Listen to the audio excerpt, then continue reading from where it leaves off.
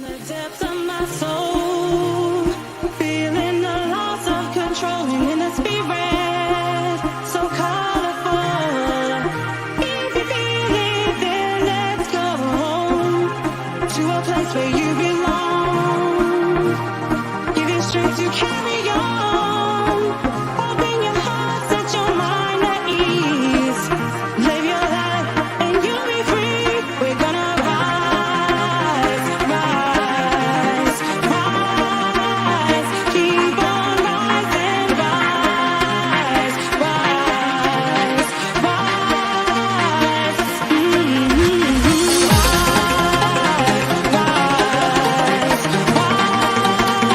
Keep on rising, rise, rise, rise.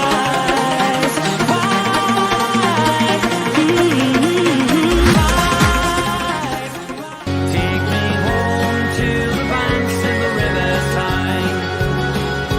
Take me home to the place that I call mine. It's a place I love best. Yes, it's better than the rest. Take me home to the banks of the riverside.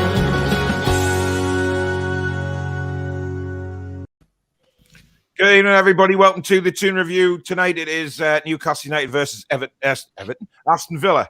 Give it one thick and fast. We've got Joe, the Villa fan, with us. We've got the usual dynamic duo of Danielle and Alex with us as well. But first of all, guys, a massive thank you very much. The channel has just passed 9,000 subscribers, which is bloody incredible. Never thought I'd get that stage from the start of the channel, but getting up to 9K. Now the big challenge is, of course, the Big 10, which is certainly a mammoth achievement for this channel. So thank you to everybody that has subscribed so far. And if you haven't, you know what to do. Hit that subscribe button just underneath the video. Good evening, everybody. Good evening, Joe. How are you? Yeah, not bad. How about yourself? All right? Yeah, good. We may as well look at Villa first of all. Last night in a 3-3 draw against Leeds United. Oh, that was. Mike's got off again, as it normally does at the start of each show. Oh dear. I'll be back in a second. Yeah, so last night. Yeah, it wasn't. 3-3. Yeah, 3-1 up, and we just absolutely just. I mean, all their goals were gifts. Really, they didn't really earn any of those goals. We gave them to them, so that was a bit frustrating. Oh. But yeah, it's one of them. It's not the end of the world. I said at least it's a point. We didn't lose. If we lost it, then it just would have just been a bit of major disaster. But we take the point and we move on. Sadly, 3-1 up at half time. Disappointed. Maybe to just only take the point. Yeah, we had the chance. We had a few more chances, but again, it's he's got to sort that defense out. Not particularly fullbacks. He's got to look at the two centre halves because they've not. Yeah, I was just talking to the guys before you came on backstage, and my God, Tyrone Mings, man. I mean, Jesus. I mean, how long does how long do you persist with him? I'm going to probably say the summer. I probably wouldn't be surprised if he's shoved out the way in the summer. I think it's too many mistakes. I've always backed him, but last night was just. I mean, I think the third goal. I think he near enough passed it to the defender and he just slotted it in. And I thought it's just basic. It's basic defending. And he's not. I mean, that was poor, wasn't it? I mean, that was poor. I couldn't see what happened until I saw the goals this morning when I woke up and. I was, and you see his reaction like he weren't happy. But I said like he sent like once in a blue moon. This is near enough one a week, if not once every 2 weeks. We're making mistakes, and it's costing us now. And like, I mean, I think it was the first goal, or second goal. He got out jumped by Dan James, who's 5 foot 8. Yeah. Two of them did. I can't understand that, how the smallest man on the pitch out muscles your two centre. Well, it's just crazy, really. But I mean, we've had our problems with centre backs this season, so we know that was his only lost aerial duel for the match. So does that remind you of anybody? Yes, yeah. Trolls, thank you very much for the 50 krona, matey. As usual, thank you for your donations to the channel, matey. Matthew says win on Sunday would be huge, but it'll be a much harder game. Because Everton is shit. I don't know whether you know, Joe, but I don't really like Everton. Dan says, evening peeps. I strongly fancy us against the villains. Bruno will have his will have his mate Coutinho in his pocket. We'll see. We'll see about that. I'm not so sure. He went off yesterday, and Villa fans, Joe thought he was had a big injury, but it turned out to be cramp, so he should be fit for Sunday. But you do have. Buendia went off, didn't he?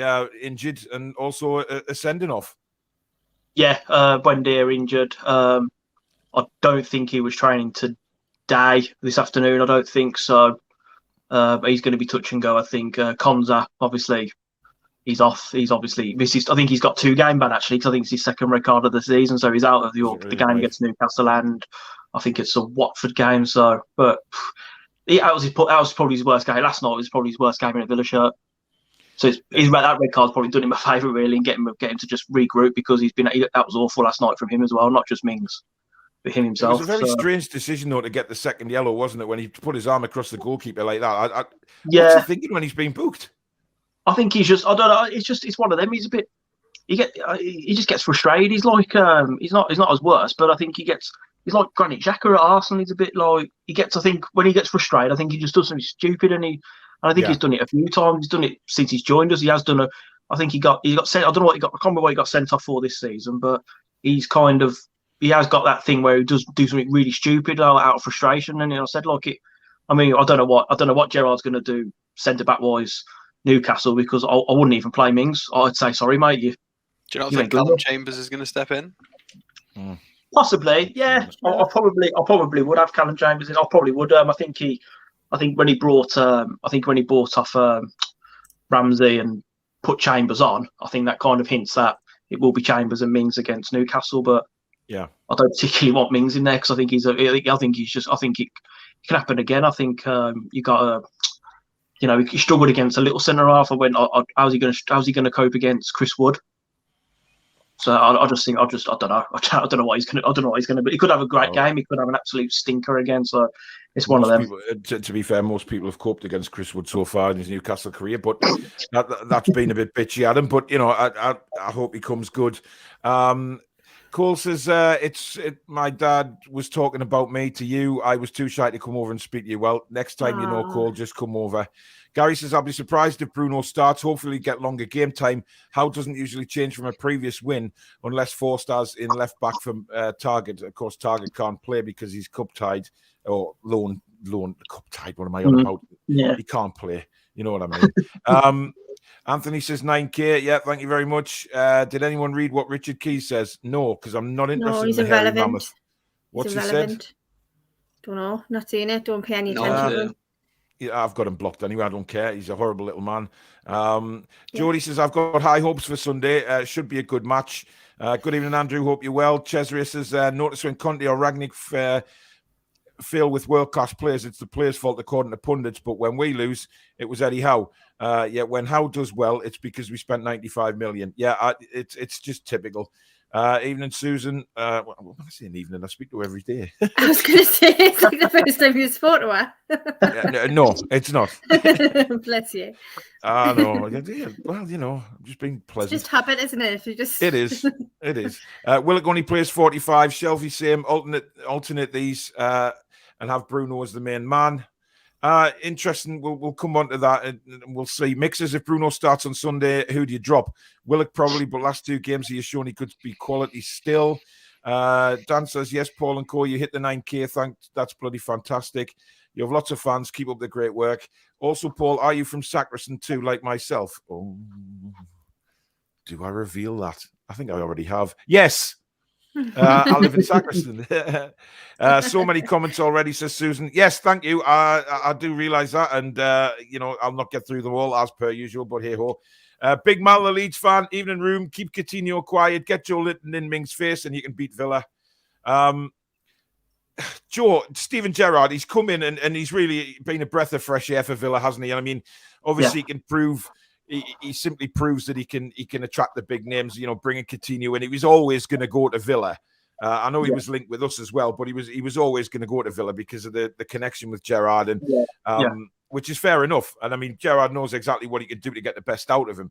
But interesting comments after the game last night. Even though he scored and got 2 assists, he said he's still nowhere near match fit.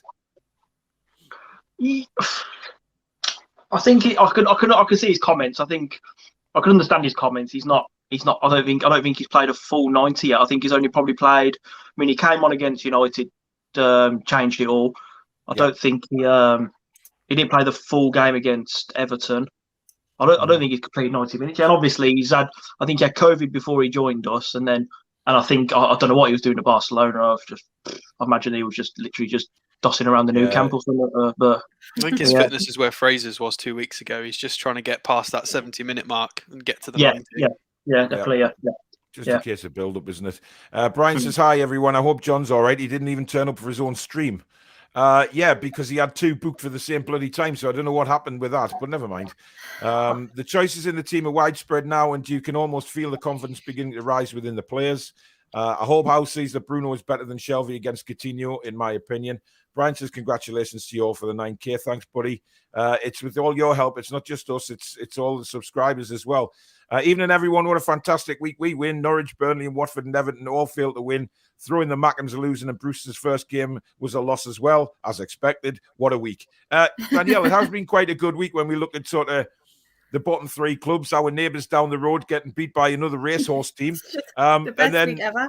of course, Cabbage Heed losing to his first game with West Brom, which Joe will probably like, although, I don't know whether West Brom are direct filth or scum towards Villa or not, but it's all Midlands, isn't it?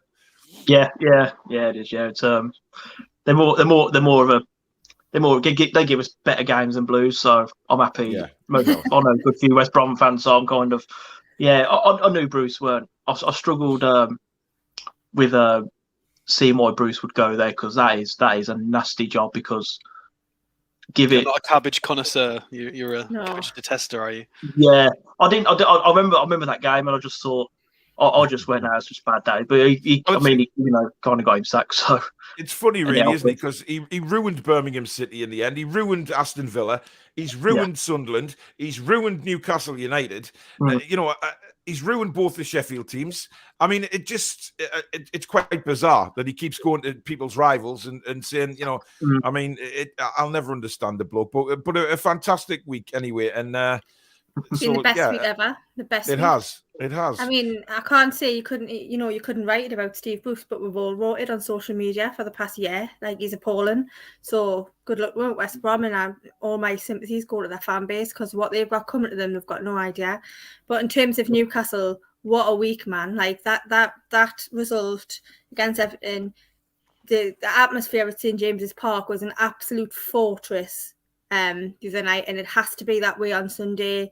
We have to create exactly the same atmosphere and make it a really hard place for Villa to come out and play. And of course, the neighbours down the road, the bin dippers, they got beat. So what a week! Couldn't considering the weeks that we've had since the season started. What a week it's been to be black and white. Amazing. Yeah. Joe, are you coming to the game on Sunday? Are you coming to St James's? Nah, sadly not. Now I've got other stuff I've got to be up to. My dad will be there though, but you don't know what he looks like, so he'll be there. But if you do see him, he'll look round. Look, he's bloody lost. Just stick him in the new pub. He'll be happy. Yeah, I won't be there, but I generally thought I think the game was a different day originally, because he got changed for obviously Sky on the Sunday. It got moved to Sunday 2:00. Yeah. Because I think originally when we looked at the fixture list, I said, yeah, I'm fine for that. But when they changed it, because I didn't know they changed it till about a week ago, and I thought, Premier League don't give a damn about the fans, do they? You know what I mean? They don't care about that. But Norvik says, you all want a good laugh. Go and have a look at the video from the Everton blog, which is posted on the Toon Review Facebook page. I haven't seen that yet, so I will go and look. Yeah, so if you're on Facebook, guys, go and check out the Toon Review Facebook group. We've got 300 and odd members in there so far, which is really good. So if you are on Facebook, go and give it a check it out. Lots of people comment on there. Crying, Pause my playing up probably. again. Yes, I'm in the process of sorting that out. I've had a lovely guy to message me on Twitter saying he is going to get one for me, which is an incredible gesture. So that is in the process of being sorted out. So it's really, really good. Congratulations on reaching 9K. All right, lads and lasses, hope you're all well and up the mags. Ryan says, question for the Villa fan. Well, he does have a name, Ryan, but never mind. Ryan's in Canada. He's French-Canadian. He's irrelevant. Question for the Villa fan. Is Matty Cash capable enough of handling St. Maximin this Sunday? If he's fit, of course, because Matty Cash got injured as well, didn't he? Yeah. If he's fit, yeah.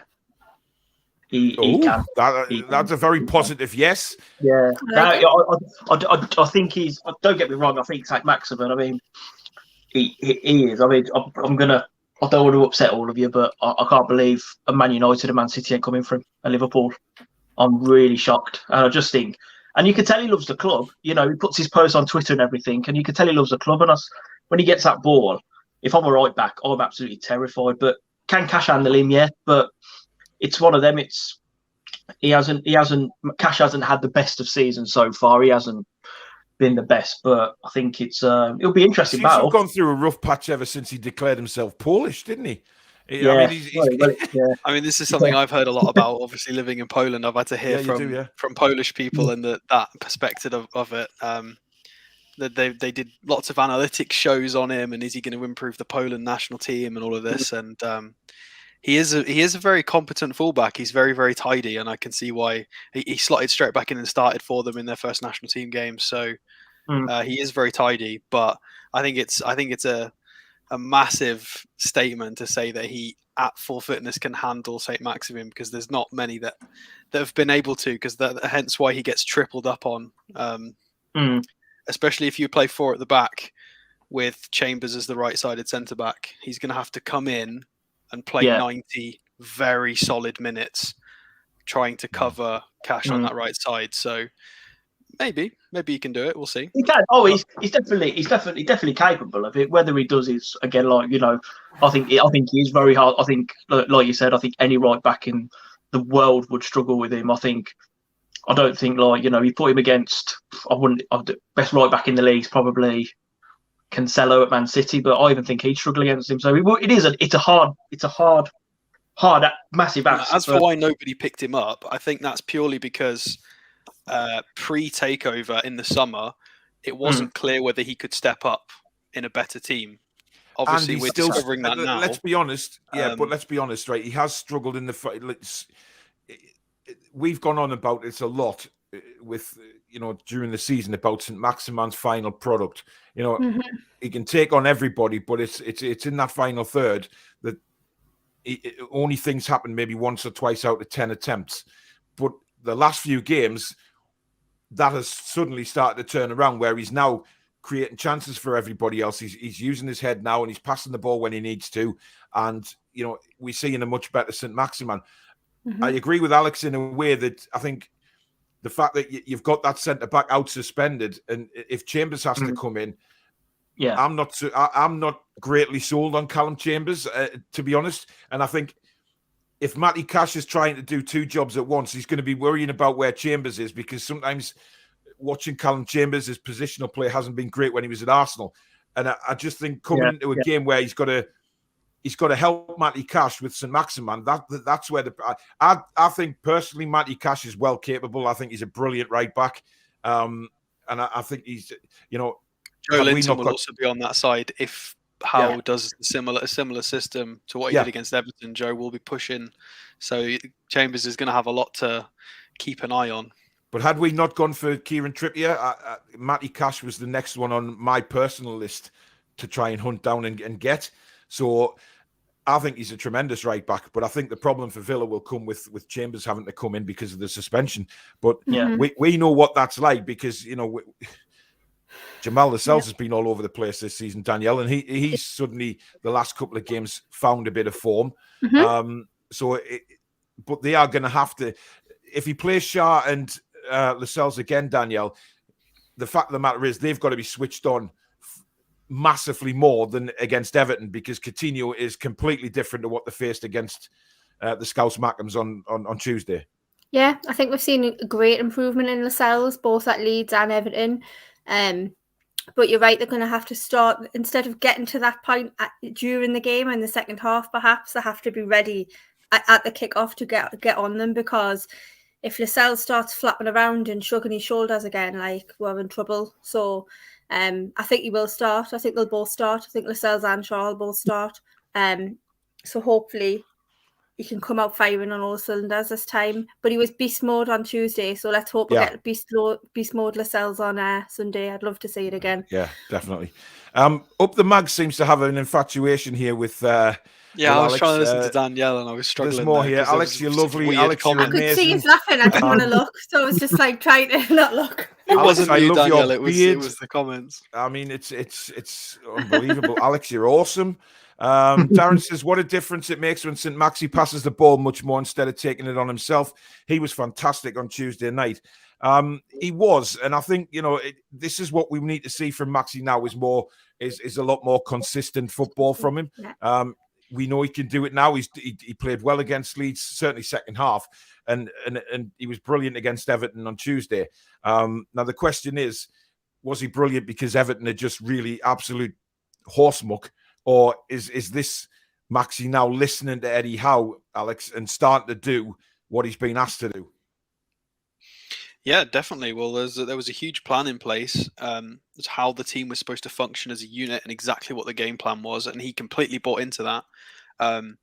And it was one of those situations where, I feel like in the first batch of games under Howe, it was a balanced system, whereas recently the system's not been balanced across left wing, right wing. The system was geared towards get it over that side and abuse that side. So I think because he was more of a focal point, he does like that. I don't know if that's a problem or if it's a good thing, but he does like to be the main man in the show, and he was the main man in the show. And if he puts up numbers like that, then by God, he can keep being the main man in the show, because that was insane. So hopefully he keeps it going. Yeah. Susan's just telling Up the Mags to control himself. I don't actually know whether it's a man or a woman, so I who knows, Alex? You've got a fan. Premier Sport and KC, congrats on the 9K. Please click the like button if you're enjoying the show. Subscribe to the Toon Review and join our family road to 10K. Indeed. Congrats on 9K. Toon win on Sunday. Willock on at half time for Shelby. Both only have half a game in them. I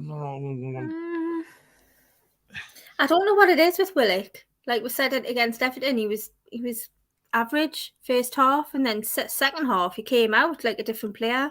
So I don't know, like we talked about on Wednesday, if it's confidence and whether it just it's taking him a while to kind of feel comfortable.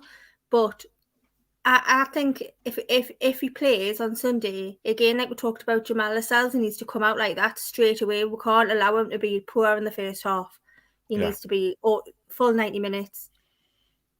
I mean, I didn't mention this yesterday, but I've managed to pull out my match notes of exactly what you're talking about, which is I've written down 50 minutes, Willock loses another duel, fouls again, not good enough. 51 minutes, Willock wins ball, passes to nobody. And then all of a sudden, 55, he wins the ball back and links up the play for the Fraser goal.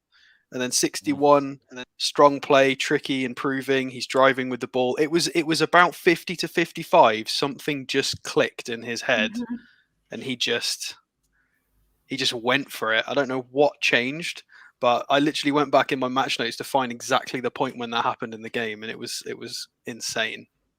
Yeah, I mean, to be honest, I was worried when I saw him in the team. I thought, oh God, don't get us wrong, I was pleased it wasn't Sean Longstaff. I mean, we were all pleased, weren't we, that it wasn't him. But and Howe's comment saying he was lucky not to be in the team. I mean, I'm not sure how, because Bruno was surely the fourth option, not Sean. Yeah. I mean, I'm going to throw this microphone out. I didn't even touch it there, and it went off. I didn't even touch the damn thing. Pathetic. You're being haunted. Blue Yeti, you want shooting with shit. John says on other channels, people chatting shit, questioning Eddie Howe. Is he the right man for Newcastle? His style of play is the Newcastle way. Good young English manager. I would love to see him win some. Which other channels are asking that? I've not seen anything, but if they are, it's ridiculous. That. Yeah, Why there's the are most people- coherent plan I've seen in a very long time. Yeah. I don't get it. I mean, Joe, from a sort of Villa fan looking at Newcastle, I mean, when we took on Eddie Howe, I mean, what were your thoughts? Great appointment. Very good. Yeah. There wasn't, I think, obviously, your new owners took over, I think it was just a matter of time before they got rid of Bruce. So I thought he'll be gone. But I generally thought I knew who they'd get. And when they said Eddie Howe, I thought, yeah, I think that'll suit you to the ground, because he plays for. I mean, you had Bruce for however long, 2.5 years, 3 years, and that boring football. He does just weigh on you, and you think. But now you've got something new. And you've got someone who, like you said, like I watched the Newcastle Everton game, and I said, like, that Newcastle team, Eddie Howe's Newcastle team, would beat Steve Bruce's Newcastle team probably 5 or 6-0, because they're a completely different team. Yeah, absolutely, completely different. He's absolutely, like, he's got the play. He's got obviously He got Trippier in. He got that Bruno. He got Target, Chris Wood as well. Can't remember else. Who else was it? Who else was there? It's 5, weren't there? Dan Burn. Dan Burn as well. Yeah. So he's bought. He's got Premier League. He's got Target obviously as well. Target. So he's got Premier League quality. He's got Premier League experience. He's got someone who Bruno, quite well thought of in France. Yeah. So he's done. He's to get the players. He's not. However much money you spend, you've got to spend it. Like you said, like talk about spending 95 million. I said at the end of the day, you probably needed to spend it. Otherwise, it would have you could have just stayed there. Like, I mean, look, the only thing I probably said like wasn't the best. Well, obviously another centre half, but you stay up, which I think you will. You can revisit that in the summer then. Yeah. So I was going to ask you about Matt Target, Joe, to be honest, because he was Villa's Player of the Season last year. And quite frankly, he was superb for us on Tuesday night against Everton. It was like he'd been there all season. He just slotted straight in, and he's the first left back who seems to have an understanding with Maxi, which was nobody has failed to do so far this season. What went wrong for him at Villa? I don't know. I think it was. I mean, his first season with us when we came back up. He was poor. He was bad. He was getting torn left, right, and centre. Yeah. Last season, obviously, again, like you said, he's our player's player of the season. He was absolutely fantastic. He for some reason this season he hasn't done enough. He's been pretty average. But that was. I mean, him going to Newcastle, that was a great move for him. But at the same time, I was disappointed because I thought. I know we signed Luca Dean from Everton, but I kind of just thought, like, why didn't you try and like fight for your place? And like, so I said that's his first bit of competition really since he's been at the club, and he's near enough just said, yeah, I want to move, I want to go, which is up to him. But I said, I think he's done. I think he'll do well at Newcastle. Whether obviously, I think you'll stay up. I think whether you buy him or not, I think you might, because I think I probably was surprised if Gerrard's told him, yeah, you're not number one now. You're behind him. You're behind Luca Dean. Yeah. So, but no, he's a good player. I like him. I've always liked him. He's been most of his Villa career he's been fantastic. But this season so far he's been a bit, and we haven't really had much backup. That's the thing. Like when we had Smith, he didn't really have much of a backup. Like we had Ashley Young, but Ashley Young's not a defender. He's a winger. So it's one of them. I think we've just had to stick with him. Then Gerrard's come in, and then he's obviously got his first thing was Luca Dean. And that was it. Then we kind of knew as soon as we signed him. I thought, yeah, Target's going to be off, because you seen him. I think it was a Man United game. He was on the bench, Target, and he didn't look happy. I think there was a little picture of him just before full time, and like you can tell he was sitting there with a bit of grump on his face. But at the end of the day, he wants to play football, and I said he's got a chance to stay in the Premier League, because the first thing I thought was I wouldn't be surprised if like someone outside of Europe, someone in Europe came for him, like, so he wouldn't go to a championship. So he's better than a championship. But when Newcastle were linked with him, I thought great move. I think your left back is the left back Jamal Lewis. Is it your left back? See, I don't really think much of him. So I thought he hasn't had a great career at Newcastle since he's moved, to be honest. But Matty Targett just looked like a proper left back for us on Wednesday. He just linked everything up. Yeah. Alex, previous meetings with Villa. I saw an interesting tweet today from a Villa fan who was, I think, being a little bit salty towards us, to be fair. Saying not a great result against Leeds, but hey ho, we've got Newcastle on Sunday. So it's another 3 points against them, as always. And I kind of thought, well, hang on a minute. I think they've only won twice at St James's Park since the Premier League began. And I'm not sure what the record is, but they've won once in the last 20 years, and that was 17 years ago with the famous scrap between Dyer and Bowyer. Jesus. I don't know where this always has come from, because it's been 17 years since you've beat us in our ground. So, wow. I mean, that one comment has definitely moved me from impartial to I want to beat you 5-0 now, because that's annoyed me slightly, as it has most of us, because it was quite a neutral, fun sort of, we'll both give it a go. We've both got new managers, but then people just like poking the stick for no reason. So Tsunami, thanks for the £1.79. I think that's a super sticker. Thank you very much for that. Just on the half-hour mark, so basically we'll give a big shout-out. If you are enjoying the show, guys, please do hit the like button, as always. And if you're new to the channel, please don't forget to consider subscribing. Obviously on the road to 10K now, which is fantastic. You can also donate to the channel if you wish to do so tonight. If you just hit the super chat button at the bottom of the live comments, you can become a member by hitting the join button underneath the video itself, or the link is pinned in the description below. And a massive shout out to our channel sponsor, Geordie Riffs, Northeast-based company, of course, professional guitar repairs and servicing, offering 10% off your first repair or 10% off your first setup. And your first guitar lesson completely free of charge if you tell them that the Toon Review sent you. So thank you again to Geordie Riffs for their continued sponsorship of the channel. And hopefully Natalie is trying to get some merch on the way. Bless her. I keep my guitar in the picture just to keep it on. I noticed, yeah, I can see that, yeah.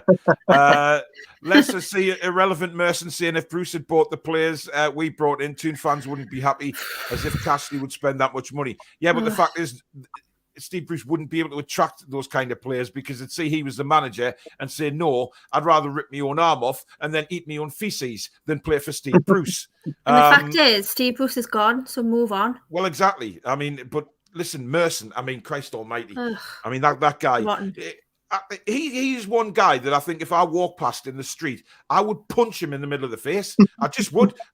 I'd feel so much anger towards him. Him and Simon Jordan, right? In fact, both of them together, I'll just double clothesline them and put them both in hospital.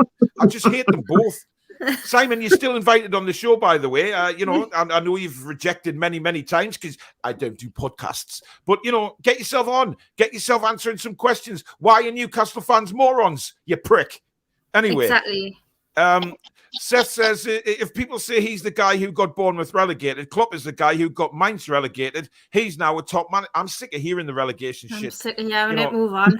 And to be fair, Joe, that season, it should have been you that went down, shouldn't it? Because of that dodgy goal that never was. Yeah, I think we have to give credit to whoever at the ground at the time, because he turned Hawkeye off.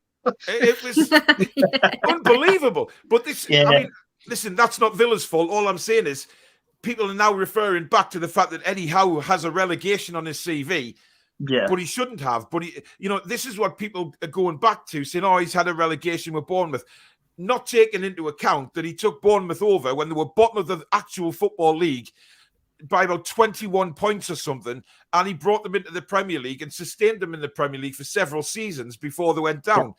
Yeah. People forget about that just because he's had one relegation. It's crazy. Yeah.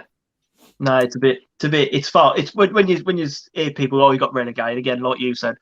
We had that bit of luck against Sheffield United, and it was 2 for now. I think Bournemouth's full-time whistle last game of the season. I think Bournemouth's full-time whistle was blown, and I think there was still 3 minutes left of our game against West Ham, and they literally said, I think it was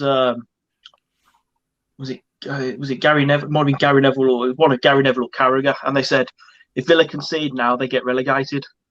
and this was literally on the 91st minute. I was thinking, oh shit, here we go. And like, but I said, God. I logically just thought to myself, I couldn't. I literally had to just literally turn the TV off for the last. I just turned it off and just, I'm not watching it. Can't.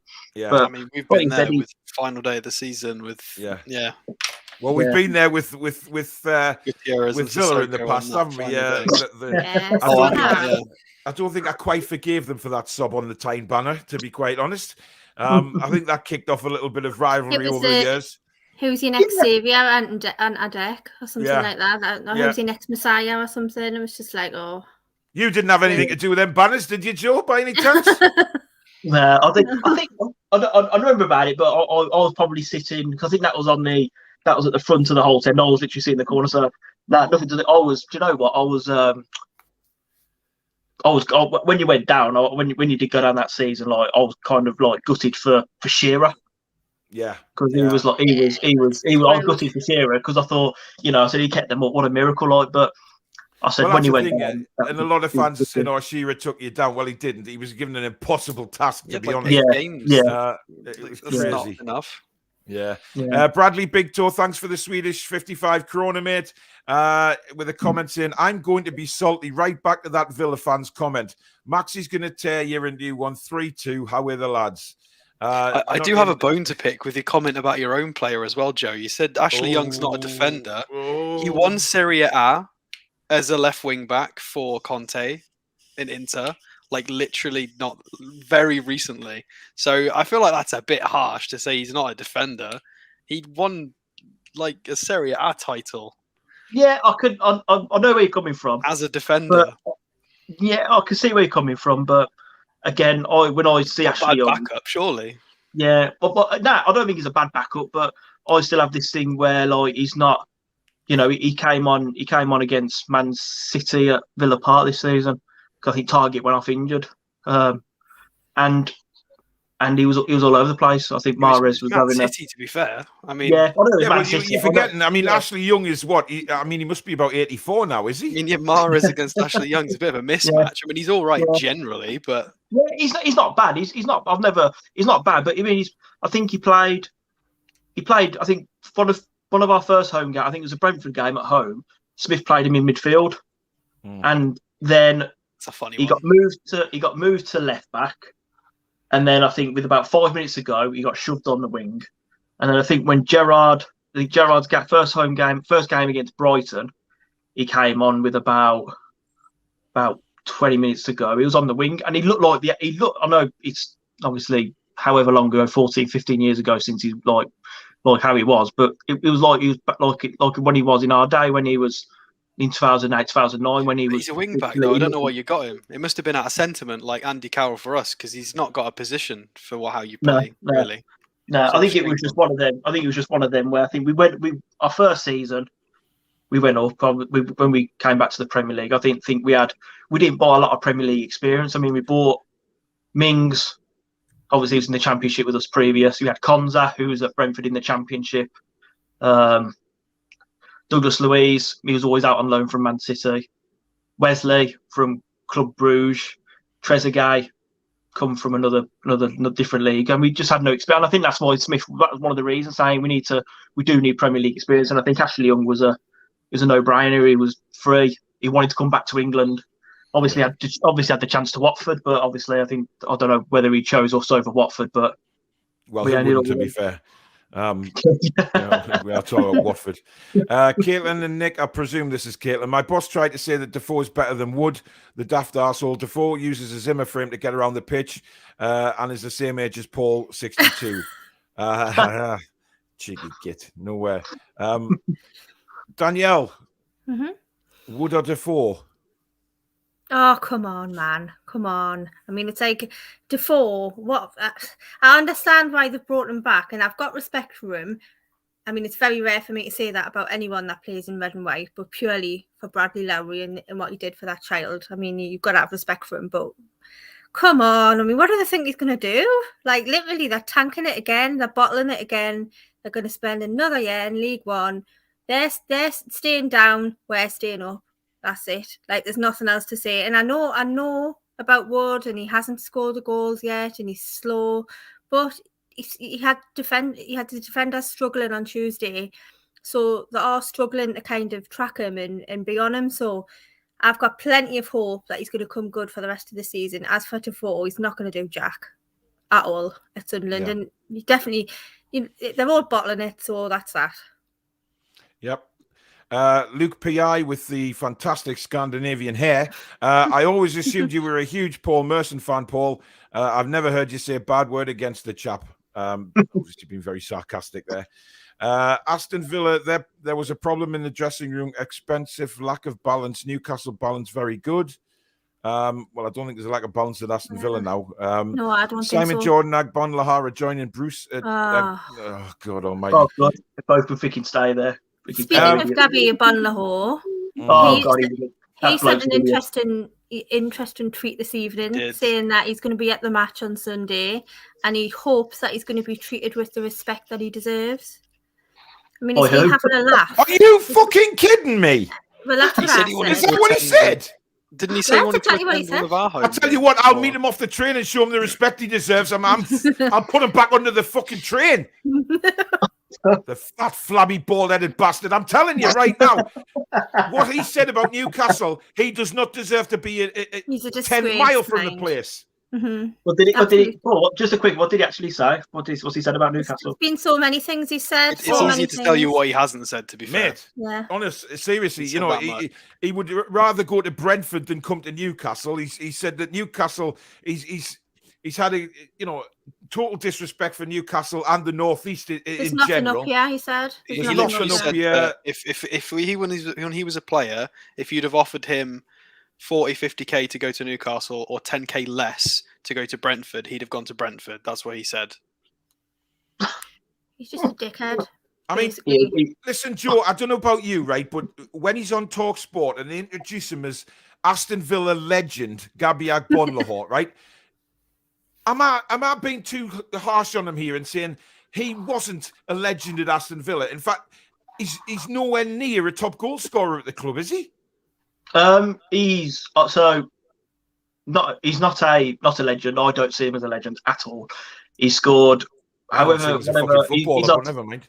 Yeah, he's our top goal scorer in the Premier League, and he's our Premier League top goal scorer.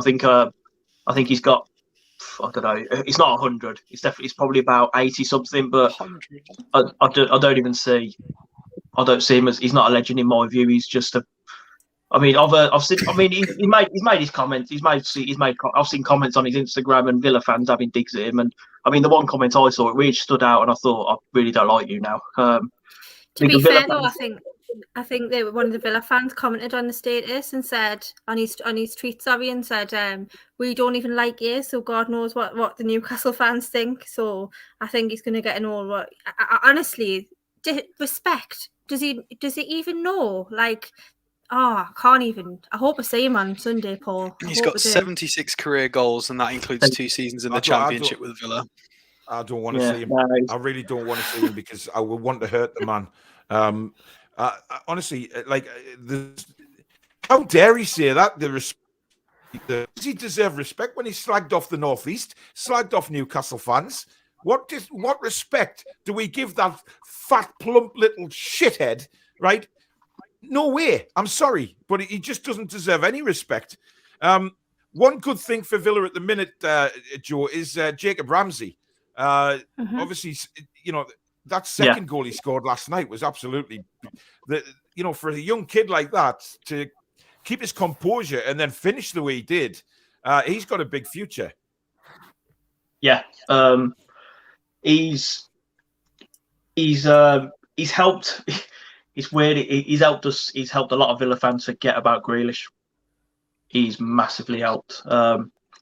We didn't know. We saw like a little thing where, like, I think when Grealish was 20 years old, he was actually struggling to actually get into the Villa team in the Championship.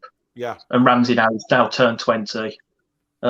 He's brilliant. I think Gerrard said to him about last night, tip for an England call up. Yeah. I said I'd probably say it probably won't be.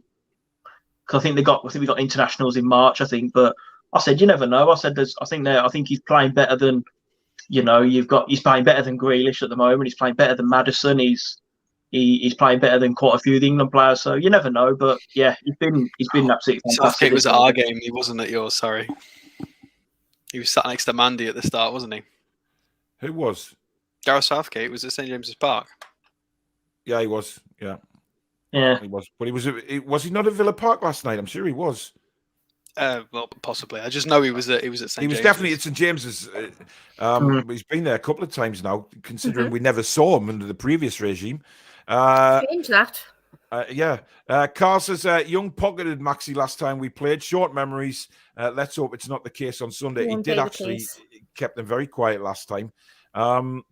Anyway, Joe, thank you very much for joining us tonight. It's been a pleasure having you on, mate. Just before you do head off, it's a prediction, and I know we're not going to like your prediction, but hey ho, how do you think? What do you think the score is going to be? I'm going to go with. I'm going to go 2-2. 2-2. Yeah, I'm going to go 2-2. Interesting. Yeah. Interesting.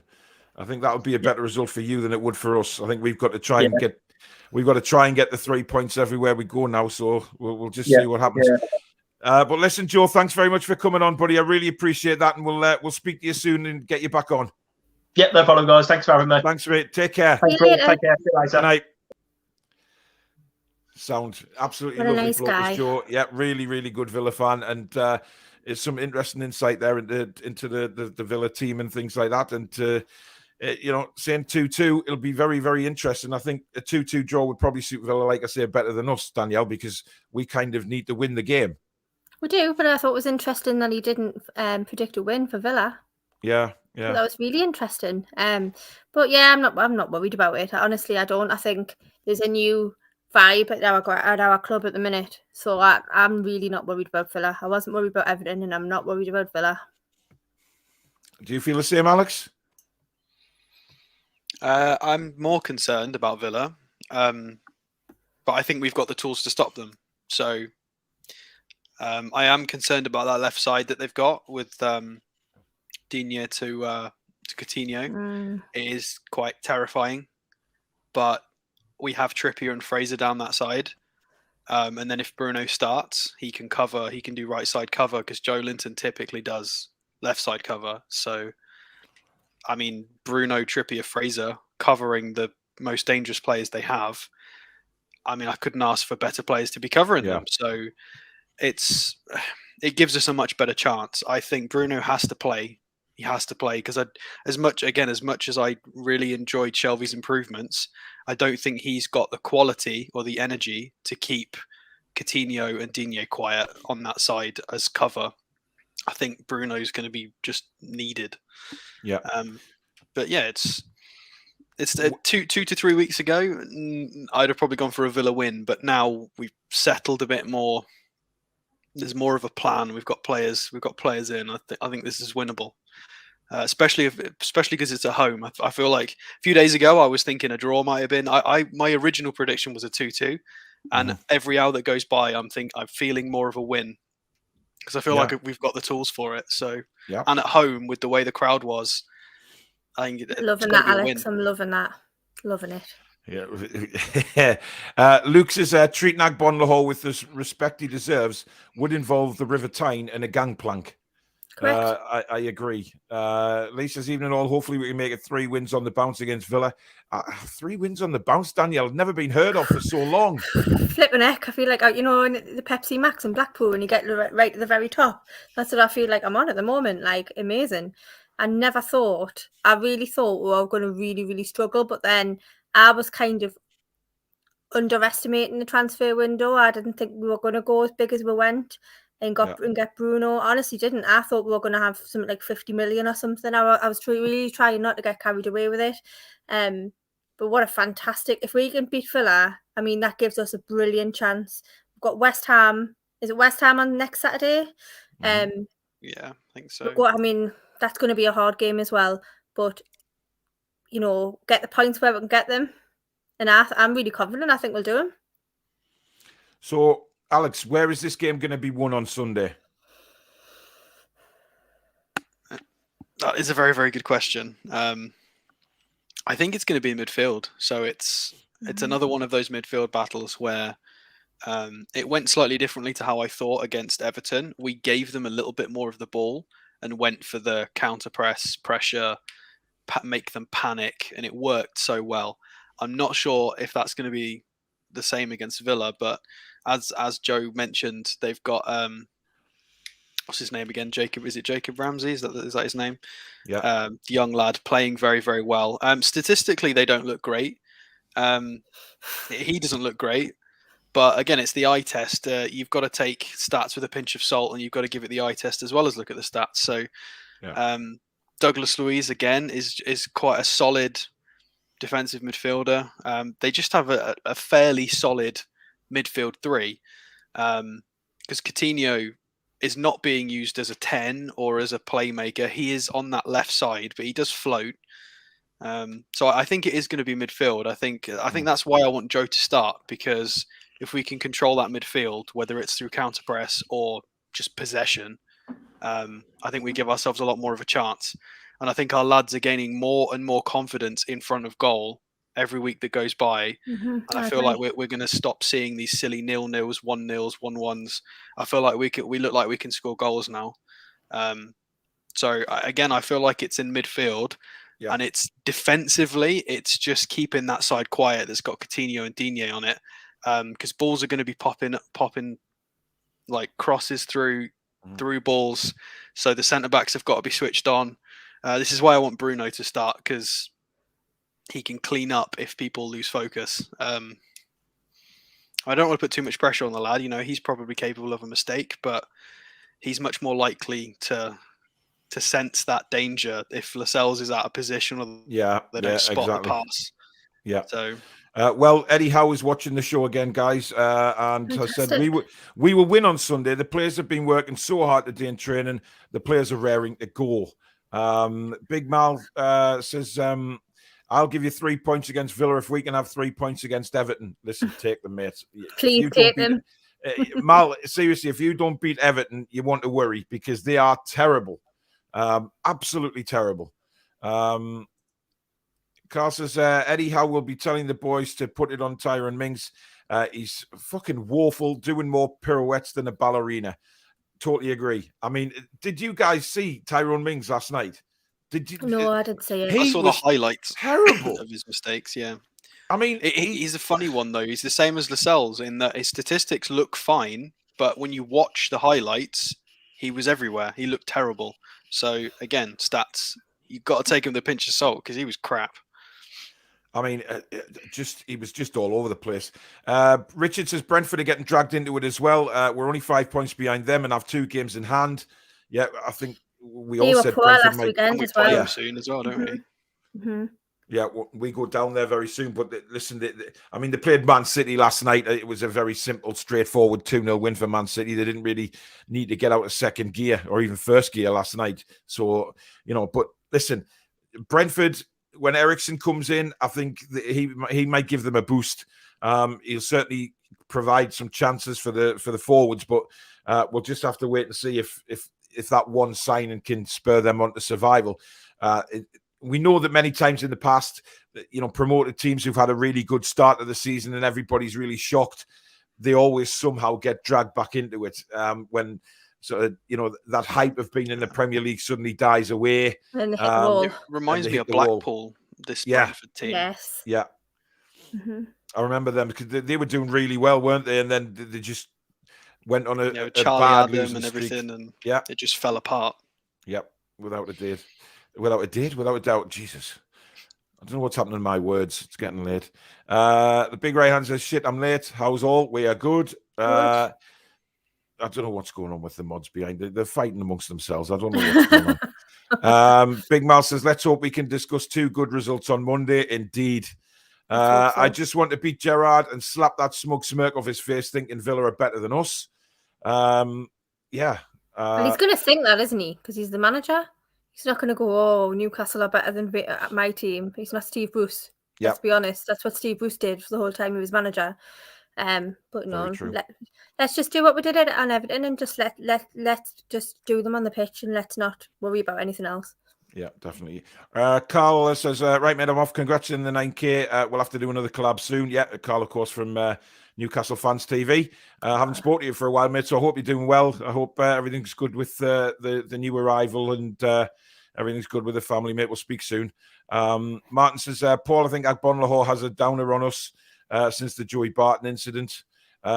Keith says, I wouldn't be surprised if the first game he plays is against us. Yeah, that could be Ericsson he's talking about there. I mean, Danielle, we've got to carry this forward now into this game. We've got to carry the momentum. And to be fair, the fans have to carry that momentum through as well that we had on Tuesday night. It's got to be the same atmosphere in there. We've got to give the lads, 110% of our support because the team responded to that support on Tuesday. It was just amazing, wasn't it? I think we need war flags in Gallagher and lasers again on Sunday. That really, really helped build the atmosphere before the game. But we made it it was electric in there. I mean, when the goals were going in, man, there was people flying everywhere in the stands. Everyone was buzzing. So that's what we need. We need it to be like a really frightening place for them when they come out and think, God, what is going on here? We've got the chairman over on Sunday. He's going to be at the game. Yep. It's a perfect opportunity to just carry on getting ready for the game at West Ham on Saturday because we just need to get as many. And to be fair, before these two games, I would have taken 4 points out of Everton and Villa, but I think we need all 6. We've got to go for it, haven't we? Yeah. Ian, thanks very much for the £5 super chat. I think he's a Villa fan. Do you think Jacob Ramsey will be more of a threat with his pace than Coutinho? I mean, Alex, you can answer that in a second. This is Nick said, did you hear Roy's not keen? Do we need to worry about pace with Ramsey on Sunday?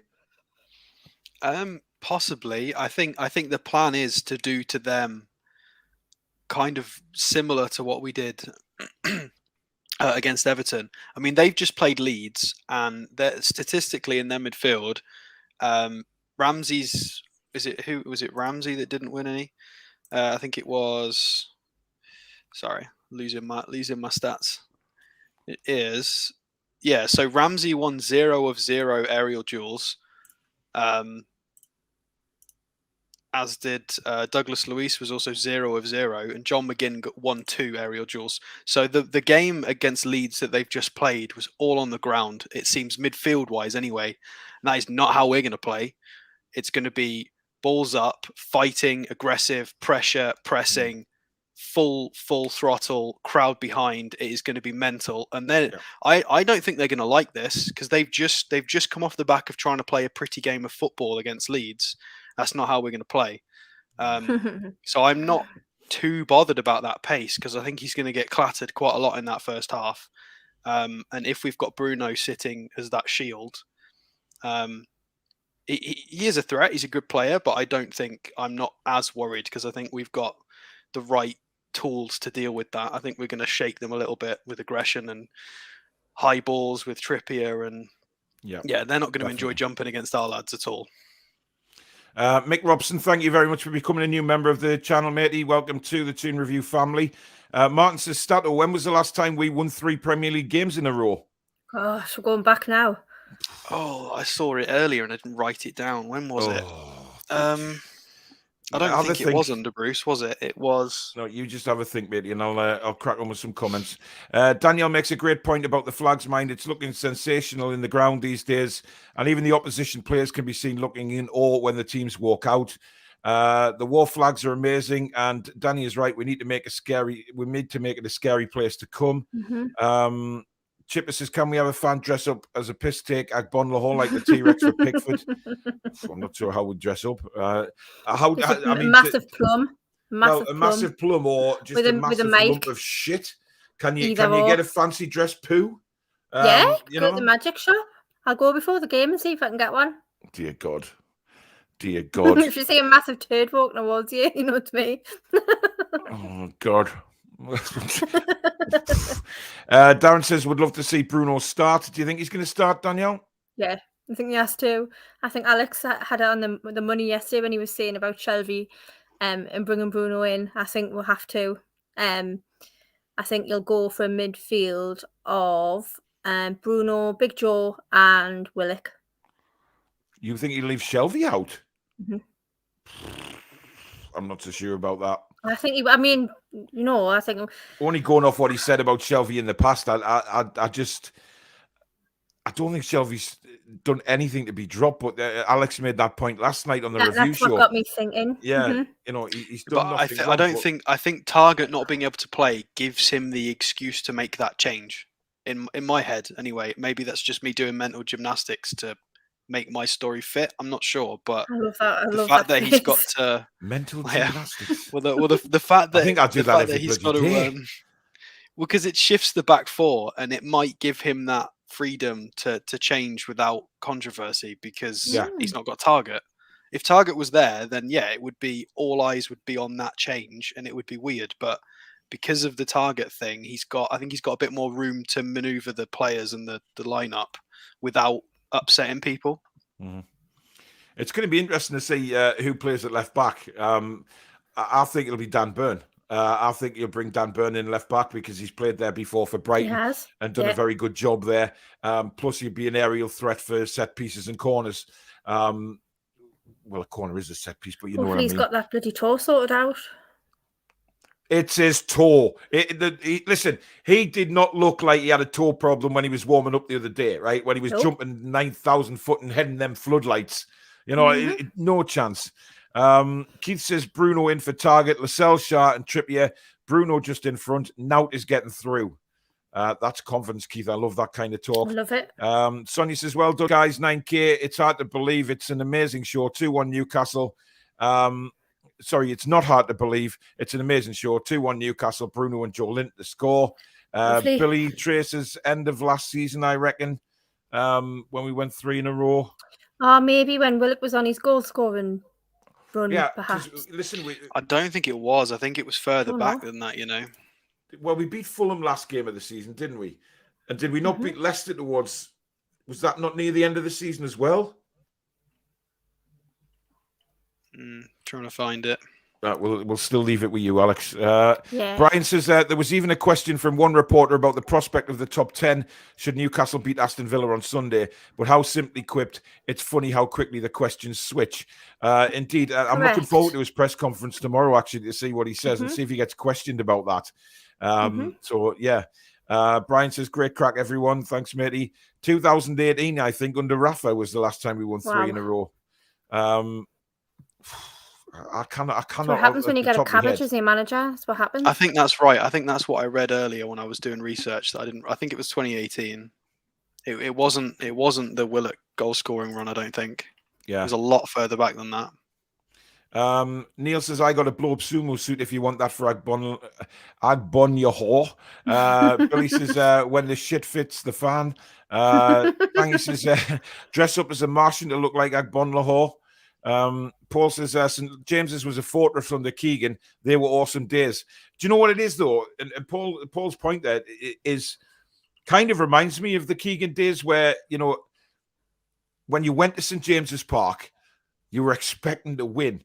And, when we played Everton the other day, that is the first time I've really, really been confident of going into that ground and watching us win a football match. And it's a long time since I had that feeling. And then the euphoria coming out the ground was like the days of Keegan and Robson. It really was. It was the just singing, adrenaline, wasn't it? 100% the jumping adrenaline. all over the place, and Archer running around like a chimp. It was just unbelievable. It was crazy. Maggot says Shelvey is a liability and telegraphs a lot of his passing. Well, I'm not too sure I agree with that. I think even if you telegraph Shelvey's passing, you can't get to it. Certainly is sort of his range. If players are making runs for him, Shelvey will pick them out. The problem is that, again, it's the lack of the runs that the players are making into the channels for Shelvey just to ping them over the top. So that's why he has to turn and go back sometimes.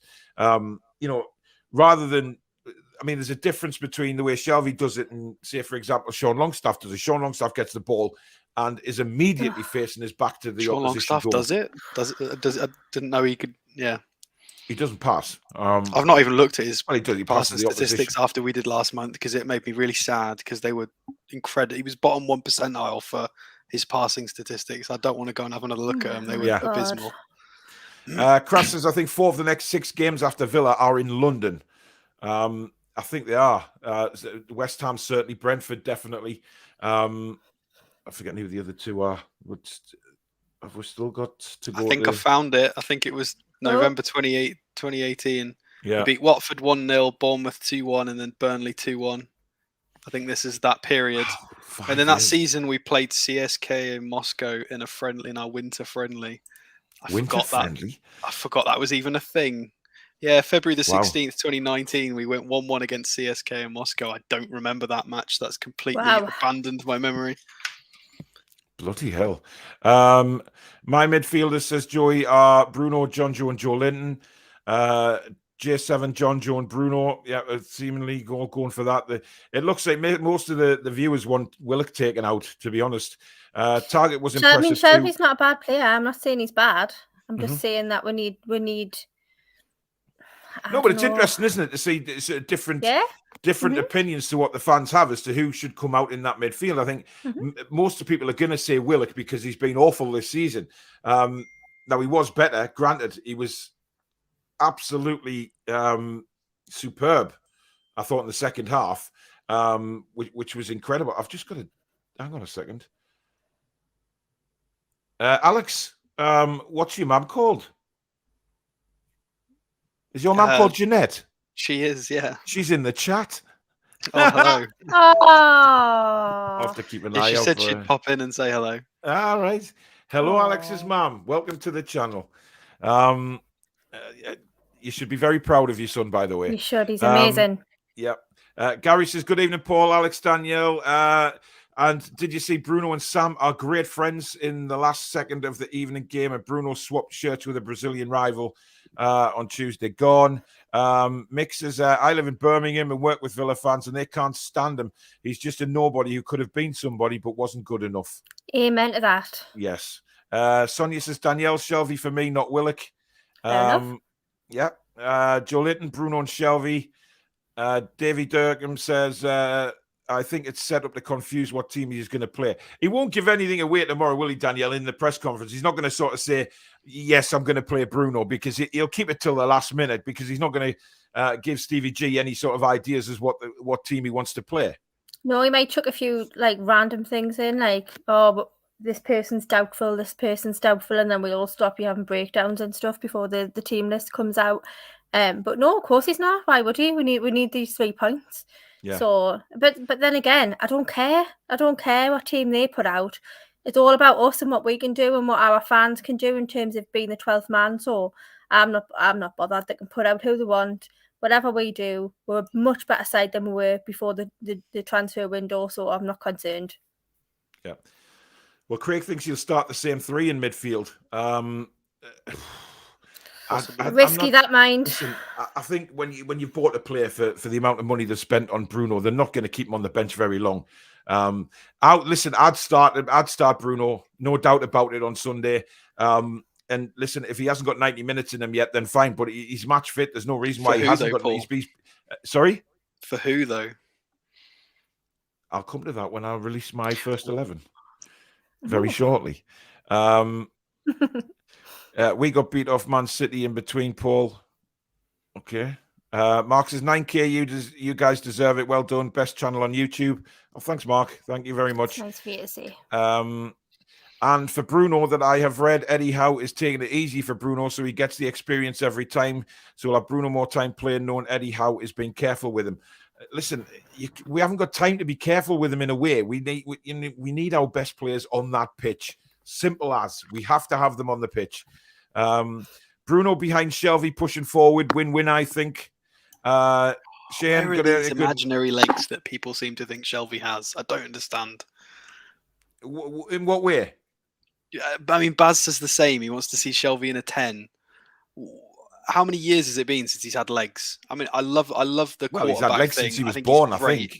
But he can't play that position. Sarcasm is real tonight. Listen, I'm a sarcastic. I just don't get why people think he can play in a 10. Has he ever played in a 10 in the last 5 years? I don't think he has. Probably not. No, I'd play Shelby as the quarterback. To be honest, a quarterback I think position. it's that or nothing. I guess. Yeah. I would actually play Bruno and Joe Linton in front of Shelby, but because Bruno and Joe Linton both have the legs to get up and down, so it wouldn't matter to me when we're defending. We'll have them all back anyway. Because they've got the legs to get up and down. So I'd play. Can Shelby I just point out? I'm aware that Shelby does have legs. I'm just yes. I just pointed out that he's probably had them since he was born, Alex. To be fair, unless they've been sort of stitched on in later life. But I don't really. Jordan Pickford's arms. Well, John Pickford's arms have just sort of deteriorated over the years, hasn't he? Maybe they had the same midwife. Yeah. Shane, good morning over there in Australia. Ramsey and Coutinho will find it hard to perform when Joe Linton and Shelby are kicking the shit out of them. Yes. On the volley says, well done on 9K, and this channel will get way bigger. Well done, team. Thanks very much. Appreciate all the lovely comments. These are a good bunch. Jason says, Shelby is more influential than Willock. Bruno for Willock, and he might play a 3 at the back with Manquillo at left wing back. Oh. Well, you know what? That might be a possibility, but I don't think he's. I can't see him changing the 4-3-3. I can't. I think he's going to stick to that, Danielle, isn't he? Yeah, I think so. I think it's just getting the kind of rotation right in terms of getting everybody where he wants them and everybody up to the fitness level really that he wants them to be. I mean, we're a much fitter team than we have been ever for a long time. Yeah. But players like Bruno and stuff, he's saying that he wants them to be, transitioned over a period of time, whatever. But you know what? I trust him, and I was wrong on Tuesday night when we're seeing the team list, and I was like, "Are you joking? The cells, but all of that." But you got it right. I was delighted with the team sheet, me, when I first saw it. You looked it. Eh? Yeah. Kieran says Bruno was absolutely loving it in the vid on YouTube. He was bigging the fans up when it went out for a corner. He was. Mm-hmm. He got it straight away, and I think, we've also got somebody called Jeanette Walker here. Hi, Stato's mum here. Hey! Oh, yay! Hello, Jeanette. Hope you're well. And as I say, you should be very proud of your son. He is an absolute credit to this channel. And it's clear that he obviously has a fan base out there that love the guy. So, hello, Stato's mother. Does your mum, have you had much discussion with your mum about being called Stato, Alex?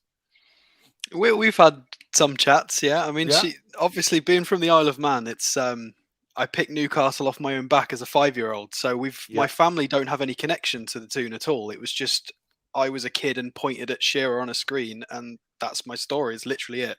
So, I mean, they're all Charlton, West Ham, St Albans sort of fans, all from London, and so they've got nothing to do with the Toon. But yeah, she's very supportive and obviously coming to say hello. So thank you very much, Mum. Yeah. Oh, I think it's lovely that she's here.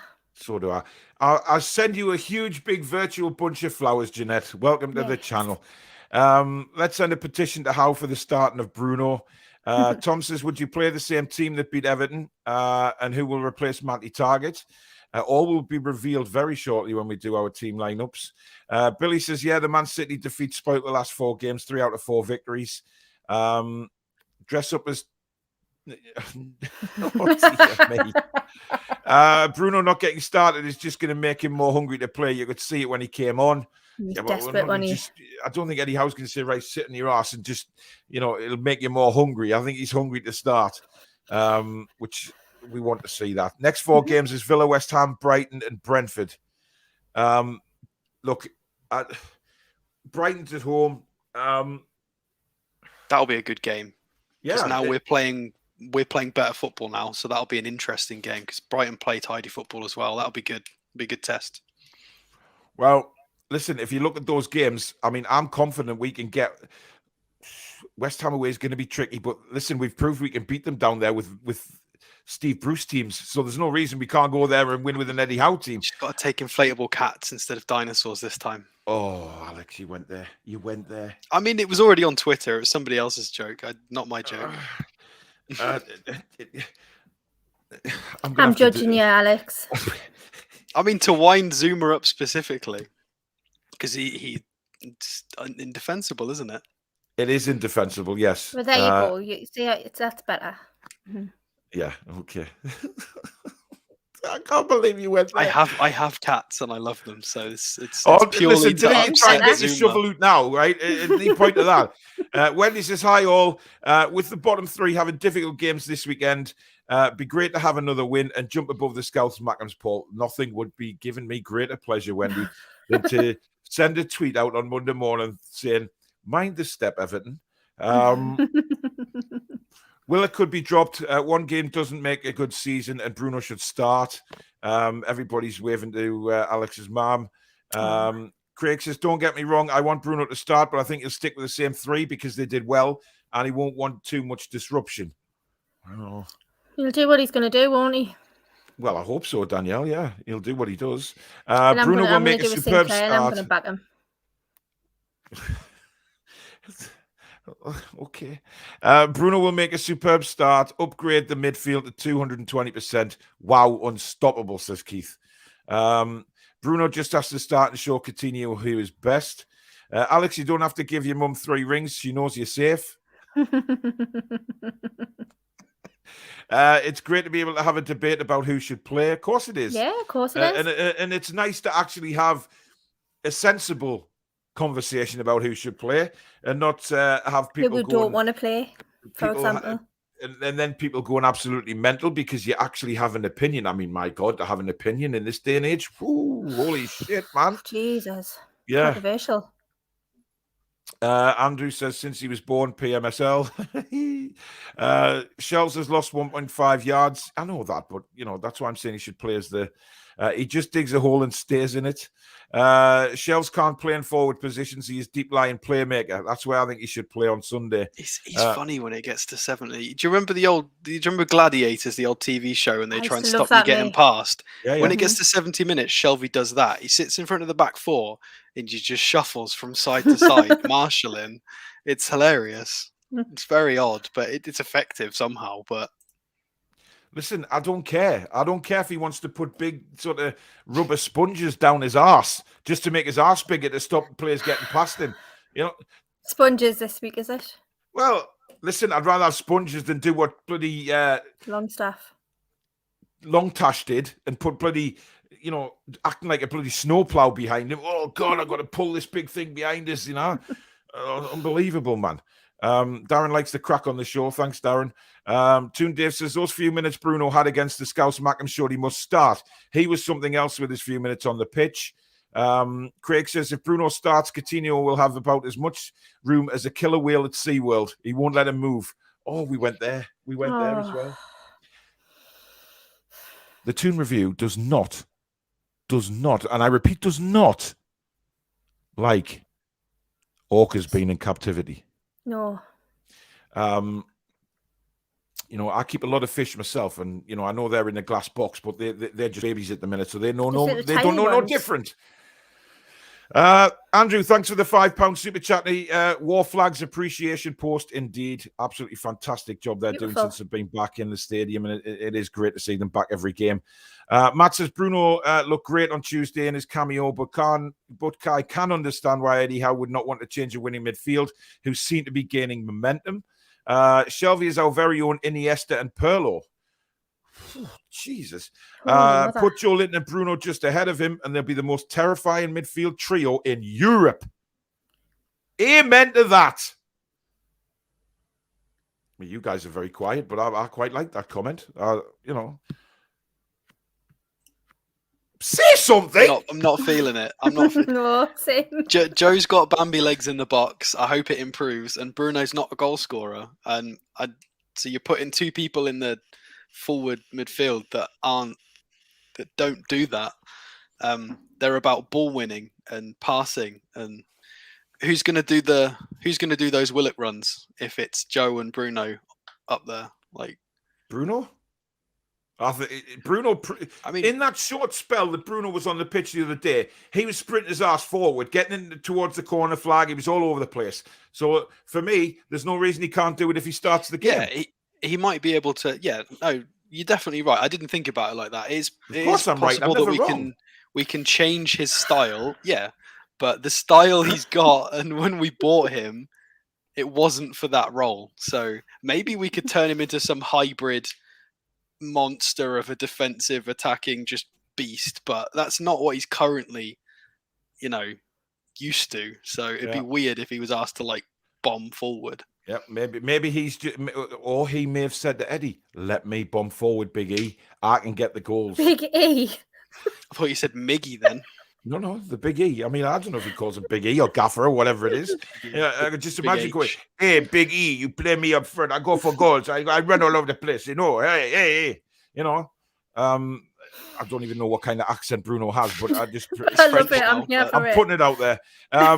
Luke says, "I love the Isle of Man. My family have been going there for years. Birth of the Bee Gees."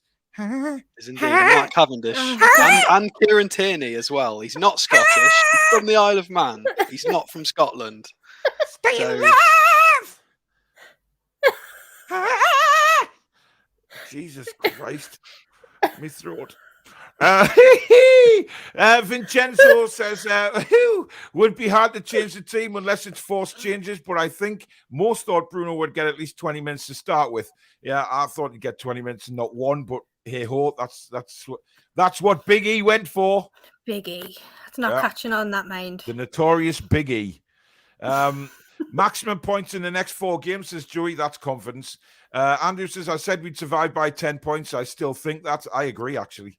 Good shout. Vincenzo says you can kick inflatables.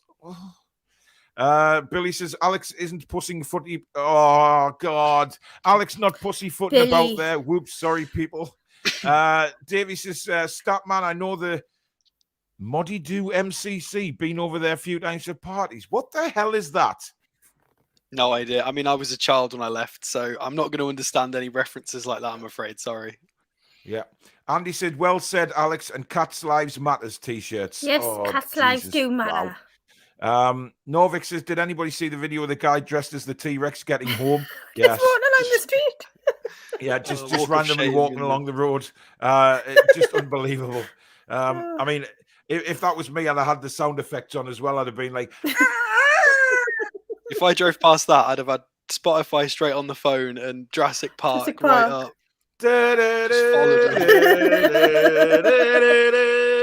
Yeah, definitely. I've hurt my throat doing the Bee Gees.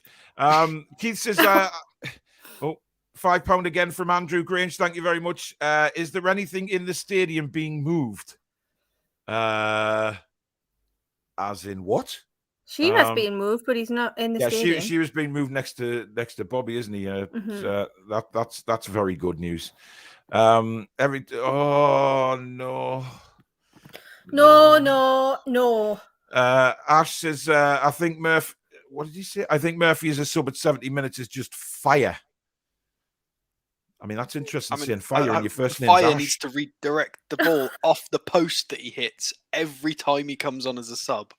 Did that just go over everybody's head there? No, I laughed. It did. Sorry, I was just flashbacks of Murphy hitting the post 8 times. I know.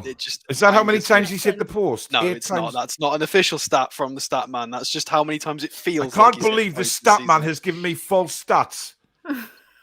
Jeez. Robert says, good evening, everyone, from the small island of Malta. Very good review, as always.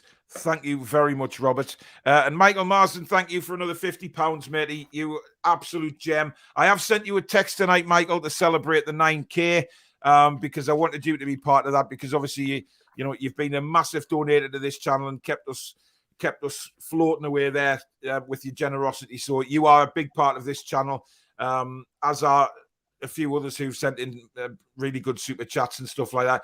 Everybody who's donated, but obviously, Michael deserves a very special mention. So, thank you again, Michael, and thanks for the £50 tonight, matey. You are an absolute star, and I will see you on Sunday, and we can celebrate another 3 points with some more chips after the game. What did you have on your chips? Had to redeem myself 6 times. We've hit the woodwork. Okay, right. That's a proper stat, that one, is it? It is. Good. I'm pretty sure half a Murphy, though. Okay. What did you have on your chips, anyway? Did you have sauce? Sorry, Alex, this is an important question for me. The salty tears of the Scouse Mackems, probably. Well, Michael had curry. Interesting. I had cheesy chips and beans. Let's move on. because I needed warming up. I'll tell you why I got cheesy chips, because I was hoping to see the Scouse Jesus on the way back to the car. And I would have thrown them right in the middle. I would have pied him. I would have actually pied him. I would have done that, mind. I would have. In the hope. But hey ho, I didn't see him. He was probably on his way back to heaven. Brian says, spot on, Alex, about the inflatables, and I could see you two laughing in the background. Brian, I don't laugh at sick jokes about inflatable pussies, right? I had one of them thrown at me at the Cambridge game. Let's not forget that. I still have bad memories of inflatable pussies. Yes. Yeah. I had to explain to my kids what that was. It never will be forgotten. Absolutely not. Anyway, let's move on. Love the pick for T-Rex in the crowd. Rowan says, hi, Alex's mum. Love your son. He's a legend. Indeed he is. Indeed he is. Any truth in Dubravka was near going to Man? No, they put the question to Man United saying if we got Henderson, they could basically have Dubravka in return. It didn't work out like that because Dubravka simply didn't want to go, and hats off to him for that. So yeah, just kick a little bit of Martin Son, you'll be fine. You can't spend £40 million on a player then not play him. Luke says you can't keep Willie in a cage. You've got to set him free. Exactly. Free Willie. Free him now. Les says Toon flags are our 14th man after the... Danielle, are you all right tonight? No, it's you, man. You drive his crackers. Too many fruit pastels before the stream. Shut your bloody hole. Hey, can I just say it, right? I'm driving your crackers. In what way am I driving your crackers? You're making us laugh so much. Well, is that such a bad thing? I think they were positive crackers, Paul. Oh, okay. John says you'll all be sobbing on Sunday night. Oh, John, you're belt up. Belt up. Shane says, are people actually comparing Perlo to Shelby? Disrespectful to the bald man. Exactly. He's Perlo Shelby. Don't say anything, Alex. Susan says, I'm wondering if Danielle was the T-Rex after mentioning the magic shop. I can confirm nor deny that, whether I was or wasn't. Well, I couldn't have got into a T-Rex outfit the other day because I had a very sore groin. God, that would have been terrifying. I 6'5" T-Rex. Michael says, we've got the best form of anyone in the bottom half over the last 5 games. Worried about the attacking threats Villa have, though. Defensively, I think they're a suspect or hard game to predict. We've got to go for it, haven't we, Danielle? We've got to put certainly Mings under pressure. Well, yeah, because he's rubbish. So I think he'll cave under any kind of pressure we can put on him. So I'm not worried about him. But will he play, though? Or will he be dropped? That is the question. Because if he's been playing that bad, then why would he play him against us? I don't know. We'll have to wait. It'll be interesting to see the Villa team sheet on Sunday before the game. Indeed. Mike says, any chance we could join the stream? Mike, we do a fan forum on a Tuesday night, matey. I'm thinking about putting another show in to bring more fans on, but not in the same way. But, there'll be more stuff coming on that. Joey says, the Baldy Perlo. Indeed. Will Trippier be involved? Yes, he will. I think they just took him off.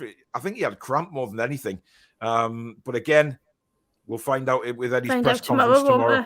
I will be bringing out a video after lunch tomorrow. Again, your press conference reaction video. So, and then I'm out tomorrow night for me nice meal that Susan has booked, and hopefully get me groin sorted. Oh man, would you pack it? Louis says, Big E is a wrestler. I don't care, Louis. And I hope you're happy today. AKX how turned Joe Linton from a failed striker into a world-class defensive midfielder so he can turn Bruno into a top-draw striker if he wants. Good point. Or a goalkeeper, as Bruno suggested himself. Yeah. Tangy says, can Stato bring up some Villa stats on how they handle set pieces and crosses? Burnham Wood might do well. That's a very good shout. Interesting. Paul says, if your mic was not broken before, it is now after that Barry Gibb impression. Indeed, I think it's just took like 2 yards away from us now. Bruno's accent, just think Giorgio from Paul Whitehouse's sketch. Giulio Giorgio. That was class. Yeah. Yeah. Pete says, Paul, could you do a Pickfordosaurus impersonation again? What's your voice?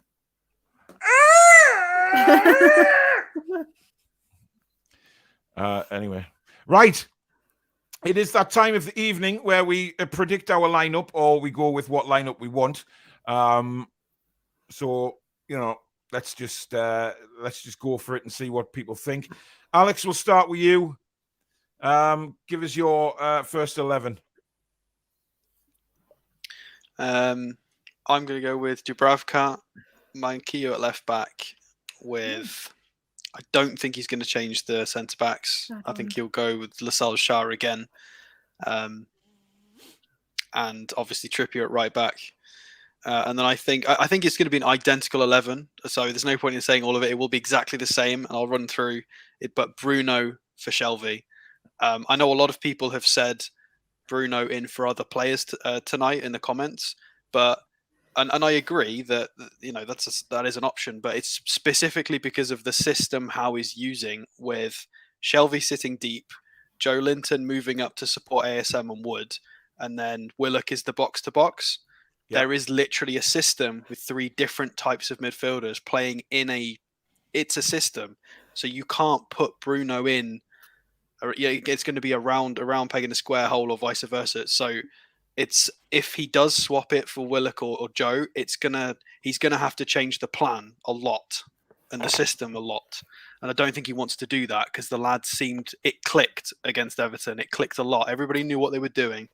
So it'll either be the same 11, or I think obviously with Manquillo left back. And I think it's got to be Bruno for Shelvey. And I don't want to drop Shelvey. Shelvey's been doing amazing, but he's the only person to drop if he wants to keep the system, which it seems to be what he wants to do. He's got his own tactic. I know we're not used to seeing tactics, but this is a tactic and it's working. Yep.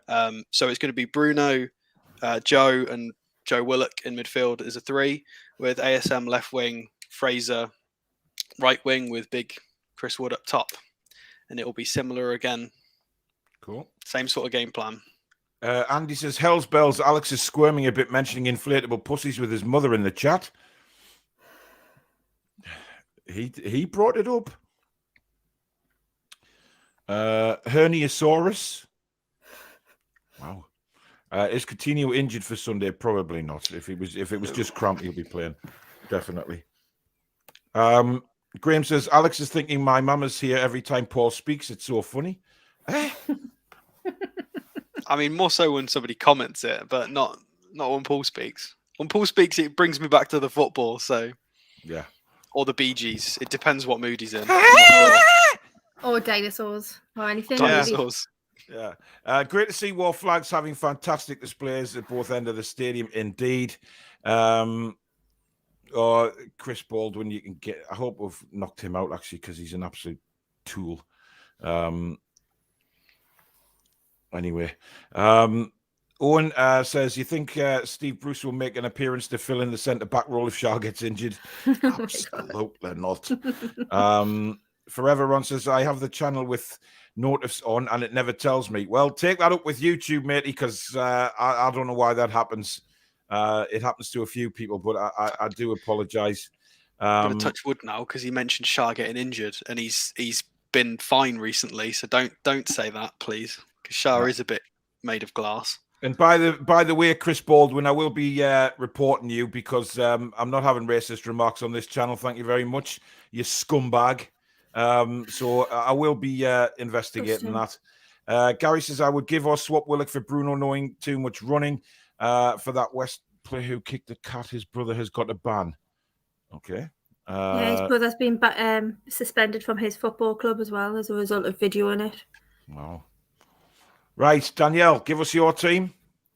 My back four is the same, but I would, instead of having Manquillo, I would put Dan Burn in. And then midfield exactly the same. And then again, front exactly the same. So not much different really. Okay, well, I would go with obviously Dubravka, the back four. I would just bring Dan Burn in for Matt Target. I think I'd be quite happy with Dan Burn playing left back. I'm unsure about that. You guys seem really confident. I'm unsure about his pace. It's not his pace. It's that our centre backs aren't good enough to make up for his possible lack of pace. If he's got good centre backs next to him, I'll be fine. But it just worries me. I might be wrong. I've never seen him play in a Toon shirt, so it just concerns me. Manquillo is the devil I know, and playing Burn at left back worries me a little bit. Alex, he's got a bit of pace, you know. He's not slow. Yeah, maybe I'm just overthinking it. It's because I know how Manquillo is going to play, and whereas I don't know how Burn's going to play at left back with our defenders. Yeah, I prefer to centre back, not a problem. Absolutely no concerns there. But left back, I'm a bit until I see him play there. I'm unsure. Forever On says we need a karaoke night hosted by Paul wearing a glittery jacket. Right, so as I say, back four would be that. I'd play Shelby just in front of them. I'd play Joe Linton and Bruno. And then the front three as it was on Tuesday night with Maxi, Wood and Fraser. Right, before we end the show, it is score time. Alex. I'm going to go 3-1. Well, who's going to score? I think Maxi's going to get on the score sheet again. Possibly Fraser again. Mm-hmm.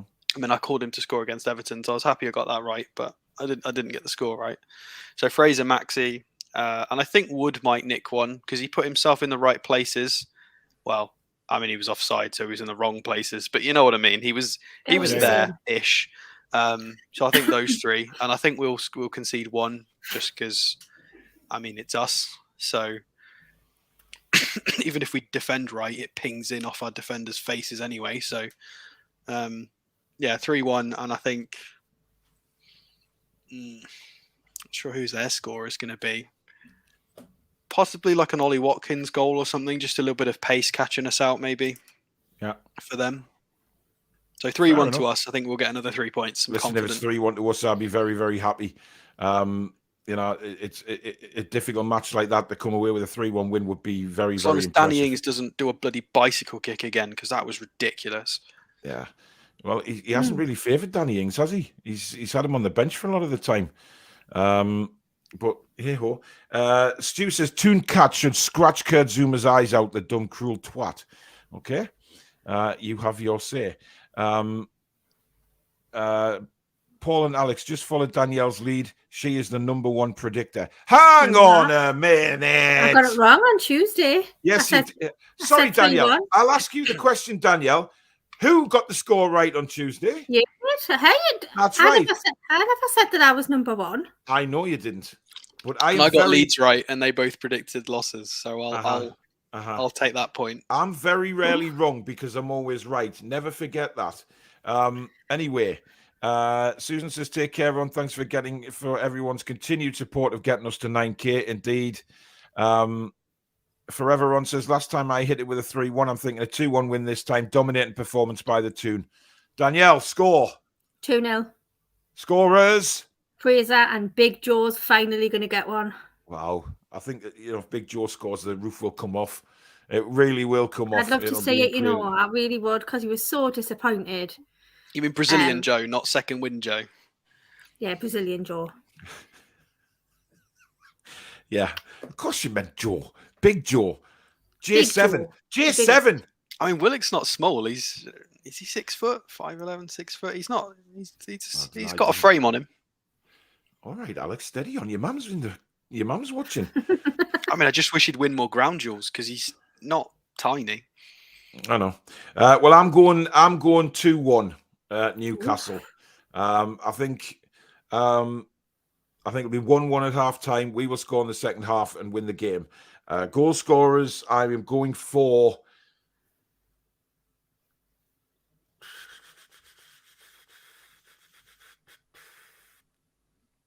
Joe Linton and Chris Wood. Love to see it. Listen, to be fair, I don't frigging care who scores as long as we win the game. Exactly. That's all it amounts to. Mings' own goal hat-trick for all we care, to be honest. Yeah, well, listen, just give the ball to Mings and he'll put it in the net. He's so terrible at the minute. But hey ho. Right, that is the end of the show, guys. We hope you've enjoyed it again. Thank you very much to Joe, the Villa fan, for coming on earlier on. Brilliant to get a Villa perspective on the game as well. As usual, if you have enjoyed tonight's show, guys, please don't forget to hit that like button for us. And also, if you're new to the channel, please do consider subscribing. A lot of people keep coming back and who aren't subscribed. It doesn't cost anything. Just hit that subscription button. Hit the notification bell so you know when new videos or live shows have been scheduled. And you can become a member of the Toon Review if you hit the join button just underneath. Or if you can't find that, it is in the description of the show. And also, thank you to everybody that has super chatted tonight. Thank you so much for your kindness. It really is. It blows me away every single show that we do, everybody's kindness towards the channel. So thank you for your continued support.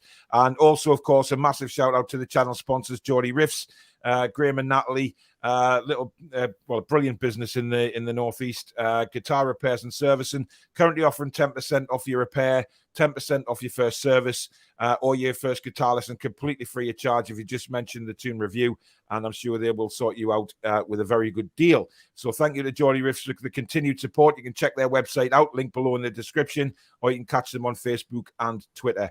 Now, we'll be doing, as I say, a video tomorrow. It'll be the press conference reaction video, where I'll just be talking about Eddie Howe's quotes and what he said and what I think of them and what I think he means by them. You know, we'll try and work out, if he's saying anything in code that the Big E normally does. So we'll find that out. So do stay tuned for that. Keep an eye out for a notification popping up. That should be out just after lunch. I am going live tomorrow at 1 o'clock on Doug's channel, the Dugout Football channel. So I will put a link for that when Doug sends me that. Or just keep an eye on that because he tags me in it anyway on Twitter. So do give that a watch if you're around at 1 o'clock on his channel doing Premier League predictions for the weekend. So really looking forward to that one as well. And we will be back Sunday night after the game with the review of the match. I'm not sure of the time yet. It'll probably be about 8:30, 9 o'clock. Give us all time to get home and stuff like that. So stay tuned. Keep an eye on Twitter. Keep an eye on YouTube for that as well.